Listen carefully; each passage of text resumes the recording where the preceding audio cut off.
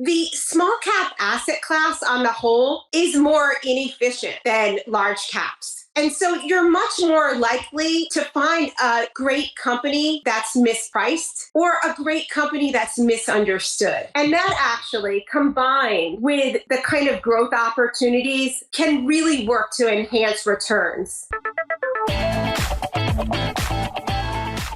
Welcome to the Millennial Investing Podcast. I'm your host, Rebecca Hotsko, and on today's episode, I'm joined by Rayna Lesser Hannaway. Rayna, welcome to the show.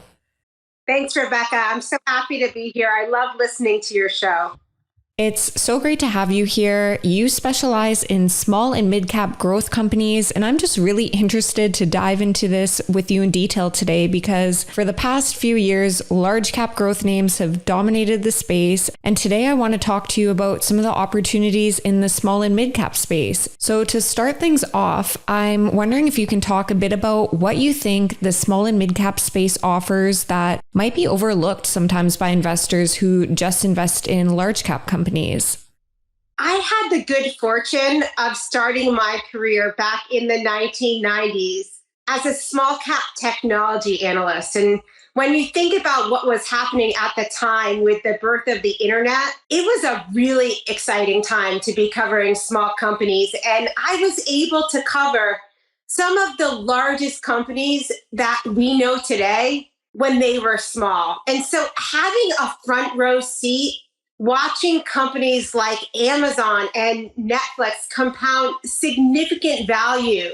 over the past several years has really impressed upon me the power of being able to find tomorrow's leaders early. These companies often end up growing longer and stronger than one can ever imagine. While many large companies, especially some that were leaders during my childhood and even into my young adult years, were actually in secular decline and went out of business.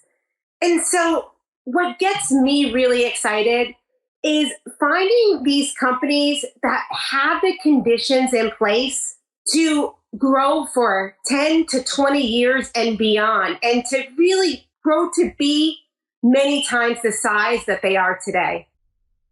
I think everyone wishes that they had the foresight to buy Amazon or any of those companies way back when. So I am curious to know what you think some of the major myths are of investing around small caps. I think the first and probably the one that's most cited is that small caps are risky. And small caps are more volatile. Their stocks do tend to move around a little bit more than larger companies. But we really can't use market cap as a gauge of risk or stability for a company. We can't paint the entire category with this broad brush. And certainly I can understand why small companies can be perceived as riskier because they're not well known. But no matter what market caps you're investing in, different companies have different risk profiles. And we as investors make investment decisions based on the basis of favorable risk reward trade-offs. That's what we need to focus on in order to deliver strong risk adjusted outcomes for ourselves and for our clients. And so whether a company is large or small isn't a key determinant of risk or opportunity. It's essential to really look under the hood and understand the business to understand the risk and reward. It's just a quick follow-up to that. Where do you think investors go wrong? Maybe if they do, or if they have invested in small caps, do you see any common mistakes that they make? It often comes down to choosing the wrong companies. Many management teams, especially in the small cap space, they tell a great story. And they have a great vision, but vision is not nearly enough.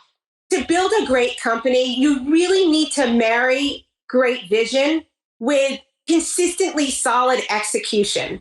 And it's hard to find those two things together. That is the single most important lesson I've learned over my career.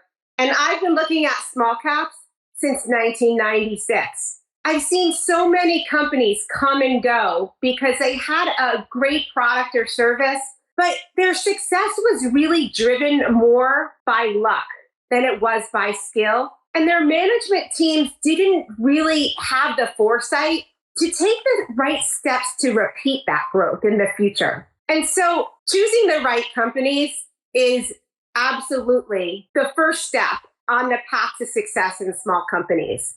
But then once you find one of those great companies, many investors lack the temperament or the patience to stick with those investments for long periods of time. And so often what we see happening is that they sell them entirely at the wrong time. And for a great company, they often sell them too early, looking at their shorter term investment performance and seeing that they got a double or a triple. But then if a company goes on to be 100 times the size, that missed opportunity is far more challenging than any short term gain.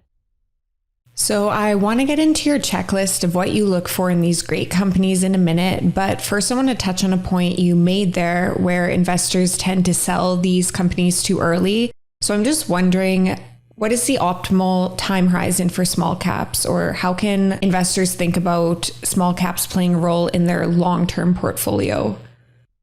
I do think that it's important to take a long time horizon as you're investing in these businesses. When you think about the compounding of value over time, it doesn't happen linearly.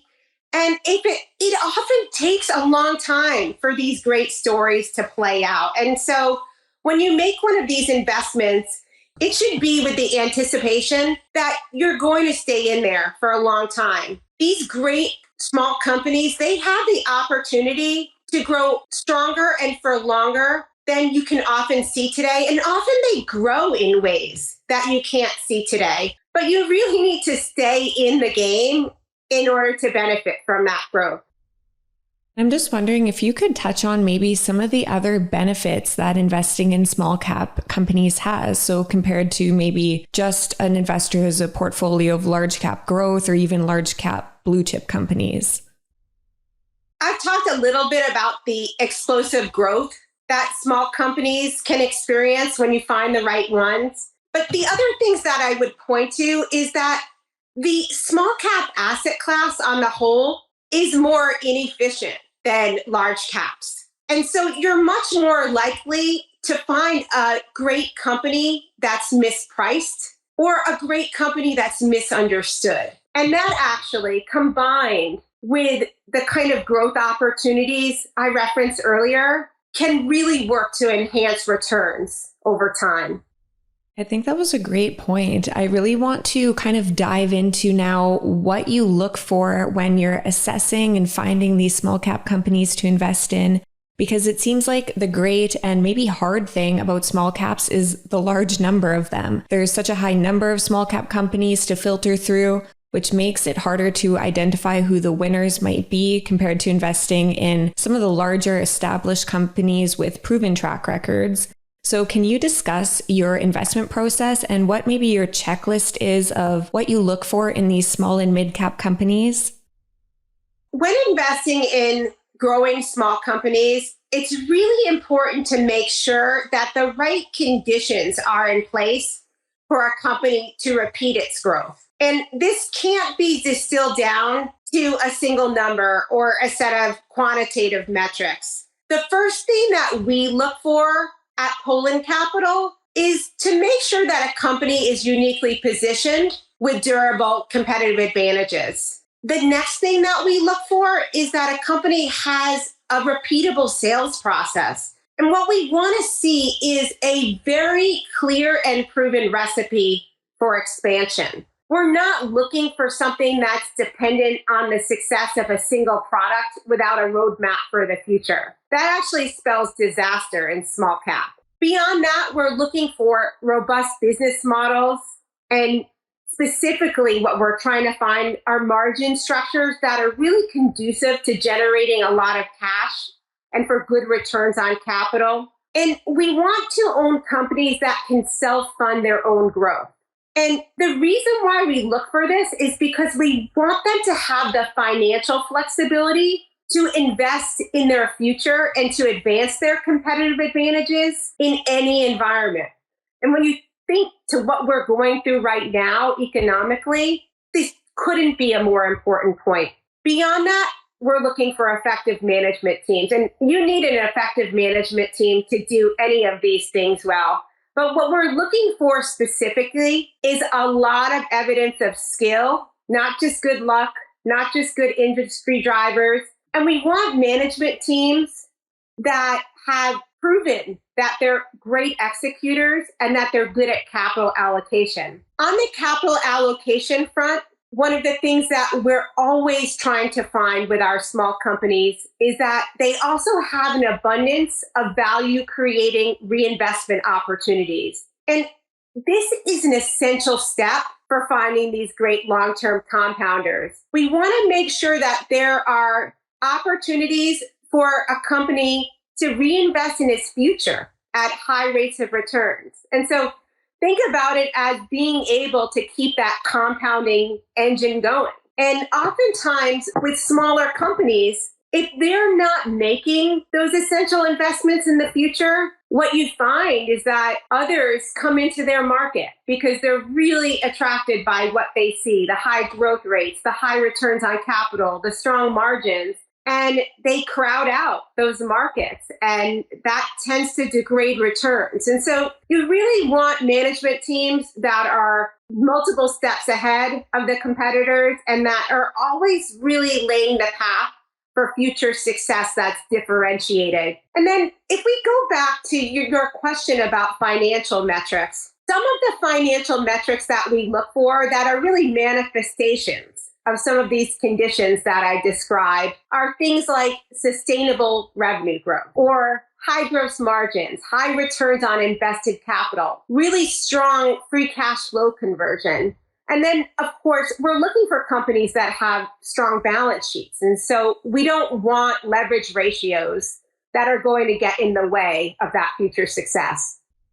Those were such great points that you touched on. And I think a lot of our listeners can relate to that process where you start by just looking at the business as a whole, figuring out its competitive edge, if it has a moat, and then perhaps the financials. But I'm curious to know about the piece where finding these companies in general, because it goes back to there's just so many of them. A lot of our listeners might use like a stock screener or something. So for them to just find companies to start with in that pool of all the small cap companies, do you have certain, I guess, maybe filters of how you would think about even identifying which ones you want to first start out looking at?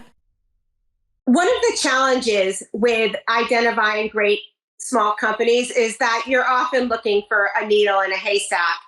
And it is possible to use financial metrics to really narrow down that universe to a smaller group of companies that's more manageable and where you can enjoy more successful outcomes because you're fishing in the right pond. Some of the metrics that we like to look at to narrow our universe is first to focus on companies that are generating cash flow. And so we're looking for things like positive cash flow from operations, positive free cash flow. Then we're looking for sustainable growth. And so not looking at just one quarter or 1 year, but looking at whether a company has sustainably grown its revenues for a long time. So think 1, 3, 5, 10 years. It all depends on how much data is available to you and what that company's history is as a public company.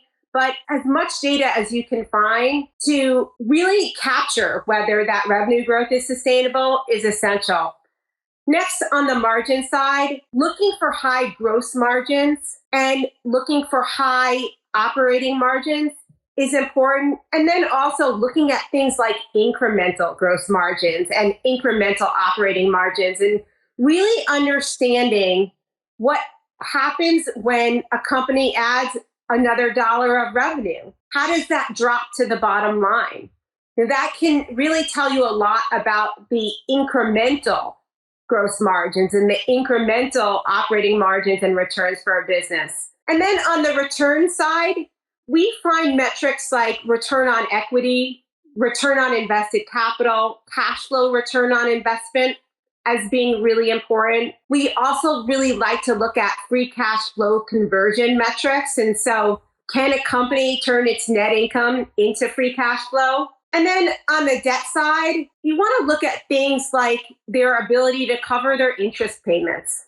Some of the other filters that we apply when we're looking at our universe is we try to filter out companies that are more commodity exposed or that are exposed to things that are really outside of their control, like the FDA with biotechs. What we find is that it's really hard for companies like those that aren't really in control of their own destiny to really deliver that sustainable growth with persistently high returns. And that makes for a much more volatile ride, which is really what we're trying to avoid. I'm wondering if you can talk about the growth piece, because how can we tell if the growth is sustainable and persistent, as small cap companies by default don't really have a long history or proven track records, and the first years of a high double-digit growth that they may experience might not persist into the future. It's hard for any company to continue to grow at those high rates. So I'm wondering how you think about this piece so an investor isn't overestimating that growth piece. I can't emphasize enough how important it is for companies to invest in the future. And when you have small companies that are growing very quickly with high margins and returns on capital, as I said before, it inevitably attracts a lot of competition and erodes growth and returns. And that's why we look for the behaviors I described earlier. But beyond that, it's important to acknowledge that for most companies, it's safe to assume that high double-digit growth rates will not persist. And this is why we prefer to focus on companies that don't stand out for growing the fastest, but instead we focus on whether growth is at a manageable level that can be repeated for several years. If you look at what really drives great outcomes in small cap over a long period of time, it's really not about the absolute level of growth, especially when it's not repeatable. It's about the duration of growth. And so finding companies that are growing at levels that they can repeat over and over and over again is important. And that's really hard to do if you're in that high double-digit arena. I've rarely seen it done. One issue that comes to mind when investing in growth companies is that sometimes with growth companies, what happens is investors maybe bid up the price because they get overexcited about the growth prospects, which sometimes can lead to a lower expected return. So I guess I'm just wondering how you think about factoring in whether the small cap growth companies are overpriced or not. I think that what's really important first is to understand the business that you own and really try to map out what you believe may happen in the future and also what it can look like when things go wrong. When we're investing in these companies, it's not all about just painting the rosiest picture, and we can paint rosy pictures, but that's not what drives great returns. It's really about understanding both the rewards and the risks associated with investing in these businesses. And you do run the risk of paying too much. And it also can happen that if you're not mindful of the downside and really understanding what can go wrong investing in many of these businesses, that the outcome can turn out far worse than what you expect. And I am curious to know then about the differences perhaps between a small cap growth strategy versus a small cap value. So you are more focused on small cap growth. I'm just wondering your kind of conviction behind that versus maybe a small cap value play. At the end of the day, I don't really subscribe to the nomenclature around small cap growth or small cap value. When you think about what investors are trying to do, every investor, no matter what kind of asset they're investing in, are trying to invest in assets that are undervalued. And that's what we do on the growth side. We try to find these great companies that have the potential to grow longer and stronger than you can see today, they're on the right side of change. They've got these great management teams that are investing for the future. And what we find is that many of those opportunities are more compelling for a long-term investor. There are many small cap value-oriented companies that you can make money on in the short term, but many of them in my universe, I would refer to as the serial small caps. They've actually been in my small cap universe for 20 to 30 years. And so it's really more about catching the right wave with those and then getting off and going to find another one that you can do it with. And that's simply not what we're focused on. The other thing that I would point out is no matter what you're investing in,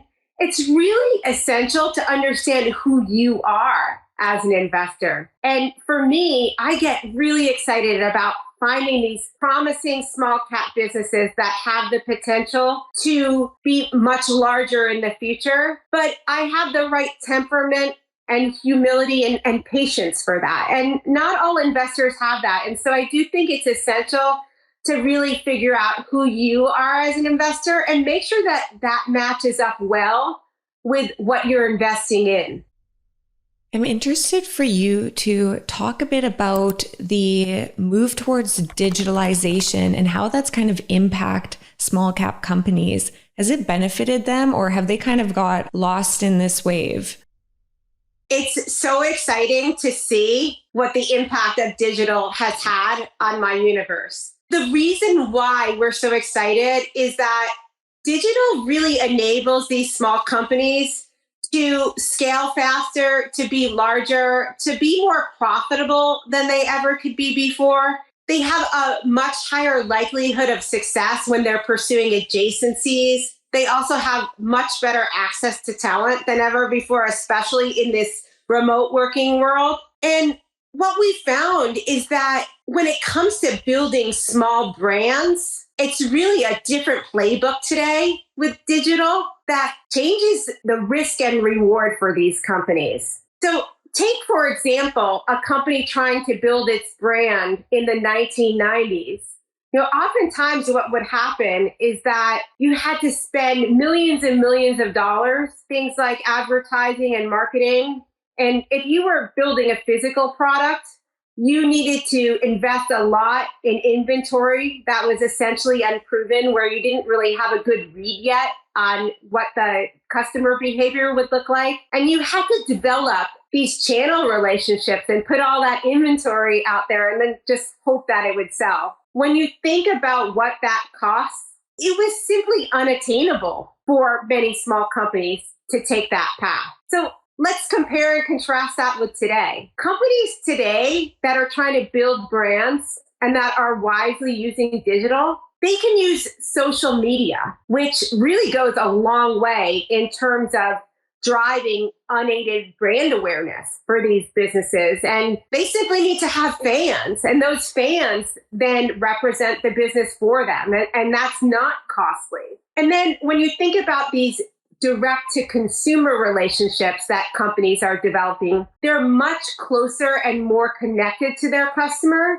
than they ever were before. And they can use those relationships to do lower risk research and development. Take Yeti, for example, which is a company that we own in our portfolios at Polen. Yeti, when they're thinking about introducing a new product to their loyal fan base, they can simply mock up that product on their website and see what the response is from their customers. And then they can do short inventory investments to deliver if there's customer interest before making bigger commitments to those new products. And so when you think about it, they don't need to put millions of dollars behind introducing a new product. Instead, they can do some testing and reacting, which is a much smarter approach. And so when you think about demographically what this means, these changes in behavior that we've seen with the broad adoption of the internet and the way that younger generations, millennials and Gen Z, really use things like social media, and it's important to them to get third-party information on how people feel about products and services. that really works in favor of these small companies in a way that was just impossible for them to access ever before. I'm curious if you can talk a bit about how small cap and maybe small cap growth companies typically perform in high inflation, rising interest rate, and low growth environments.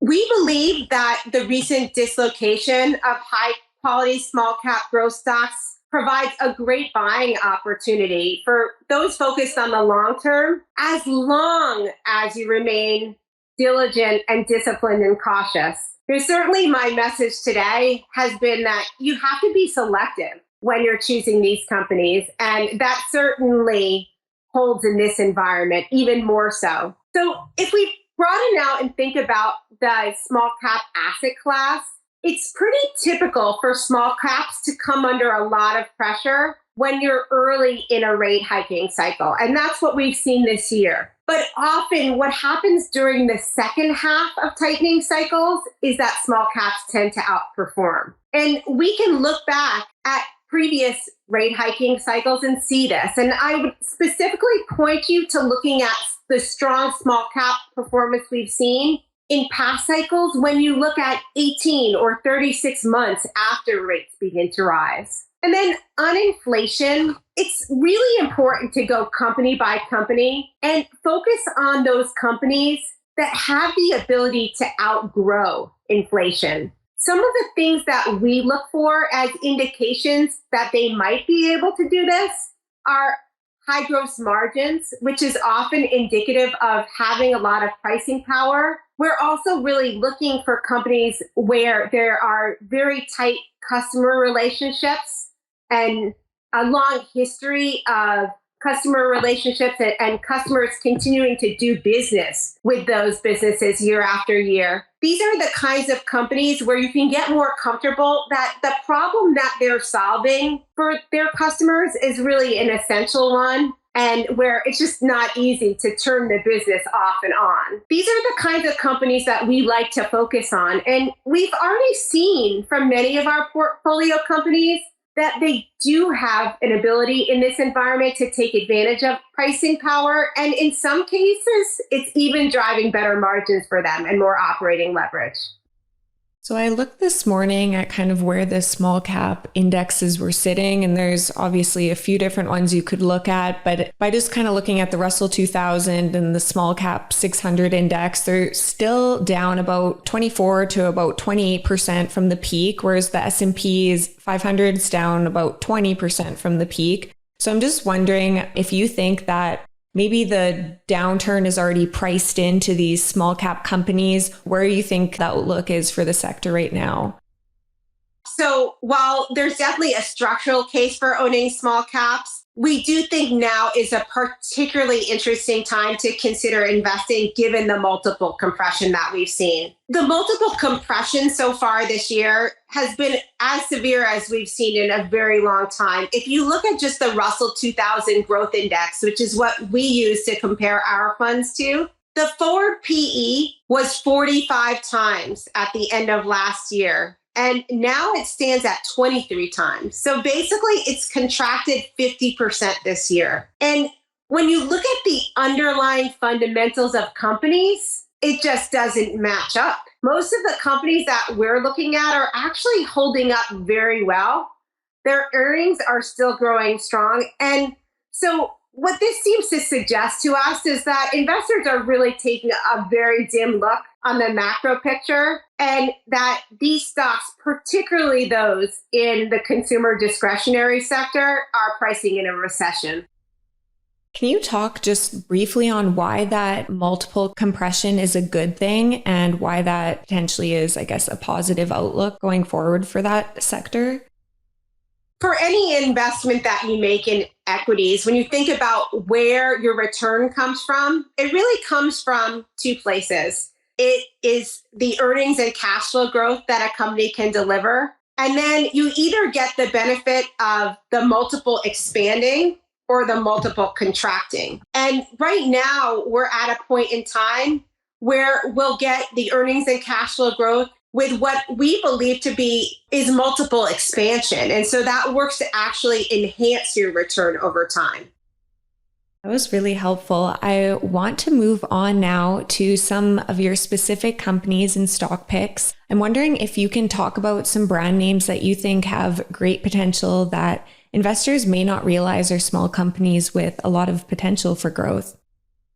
Sure. And maybe to start, I will kick it off by talking about Five Below. And many of you may know Five Below. They are the leading high growth retailer that really specializes in trend right, high quality products that tweens and teens and even adults love. And my kids love going to Five Below. And honestly, as a parent, it is a lot better going to Five Below and spending $10 or $20 on a number of toys than walking into a traditional toy store and dropping $50 on a box of Legos. Sorry, Lego.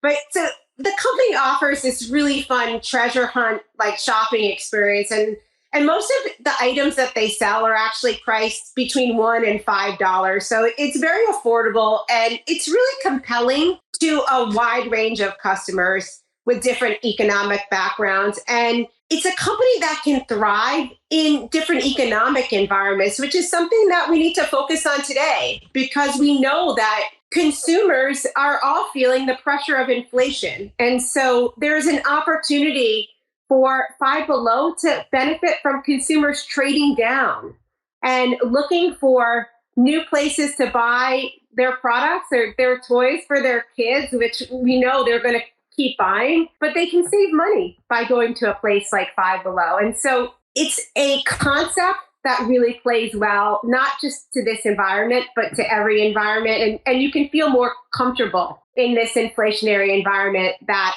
Five Below can do well. But the thing that really is going to drive this business over a long period of time is that the company has the ability to triple its store base by 2030 and to double its top and bottom line by 2025. And so when you think about that, that's really compelling. I've seen over my career, when you look at retailers, you find those that have really compelling store economics, have a loyal customer base, and really have the skills to identify new geographies and then open stores one by one in new locations in those geographies, leveraging that great brand and customer loyalty. That can really drive some great outcomes and some very predictable outcomes.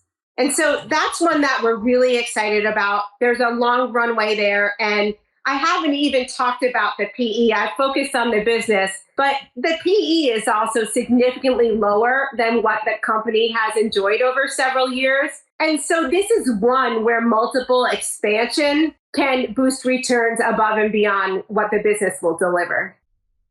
I'm curious to just quickly touch on how your valuation process for these businesses. So are you using a discounted cash flow, or what is your approach to valuing small caps? We don't have any one specific approach. Instead, we use all of them to try and understand what the value of a business is. And what we really try to do first is to understand the business, because you can really be steered in the wrong direction if you try to make assumptions about the business without first being able to contextualize the numbers that you see in a company's history. And so it's really important to start there and understand the past. And then you can start thinking about what the possibilities are for the future. And we model out all of our companies on a 5 to 10 year basis. And then we take different valuation metrics, including looking at a discounted cash flow statement for each company, to really arrive at what an expected value for that business can be. And it's not all about looking at just what happens in a good scenario. It's about understanding what might happen if you're wrong too, and things go south. And I'm wondering if you can talk a little bit about Etsy. I know that's also on your list and one that a lot of our listeners might be familiar with. Can you walk us through your investment thesis on Etsy and kind of talk about how it meets your checklist?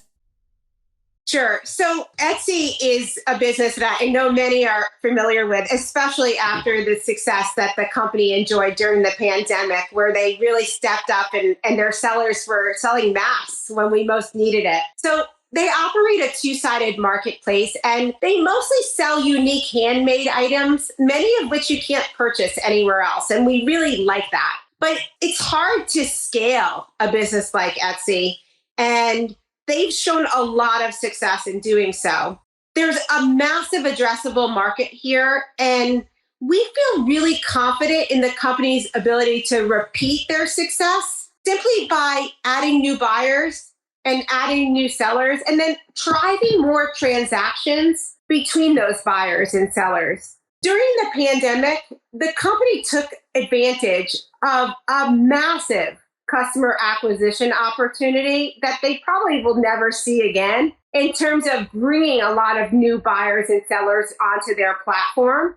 And while the stock is down this year as people are concerned about their ability to deliver growth after having grown at this accelerated pace during the pandemic, what we see is a company that is incredibly strong, that's actually doing quite a good job of holding on to many of those new customers, and that has a robust business model with very strong margins and strong returns on capital that has the potential to be even far more profitable as the company scales. This is a management team where we've been incredibly impressed with their approach. They're really taking this brick by brick approach to building the business. And they made a lot of smart decisions, especially during the pandemic, that we believe sets them up very well for the future. Yeah, it seemed like there were a few companies that were for sure beneficiaries of the pandemic, but it sounds like you think that that is sustainable and persistent going forward. Another company that I thought was interesting on your list is Bumble, because they have a lot of competitors. And so I'm wondering if you can kind of walk us through your conviction on this one. So Bumble is the leader in the large and growing online dating market. And they have two of the highest grossing apps in the space, Bumble and Badoo. And while there may be some smaller regional players across the world, the truth is that the game is really about Bumble and about Match that has Tinder and Hinge. And it's not an easy business to compete in because you really need scale in your network and you need high unaided brand awareness, which both Match and Bumble have today, but many of these smaller players don't really have it. It's a business where if you're successful and you make a match, those customers end up churning off of your service naturally. And so you're always needing to add new customers. And that's what makes it hard for these smaller companies with unaided brand awareness to do. And so if we look at the market, dating online, it's a $5 billion annual market that's actually accelerating coming out of the pandemic. And the reason that is happening is that there used to be a stigma associated with online dating, but that really went away during the pandemic. And then as we have millennials and Gen Z daters, they're just more comfortable with doing everything online.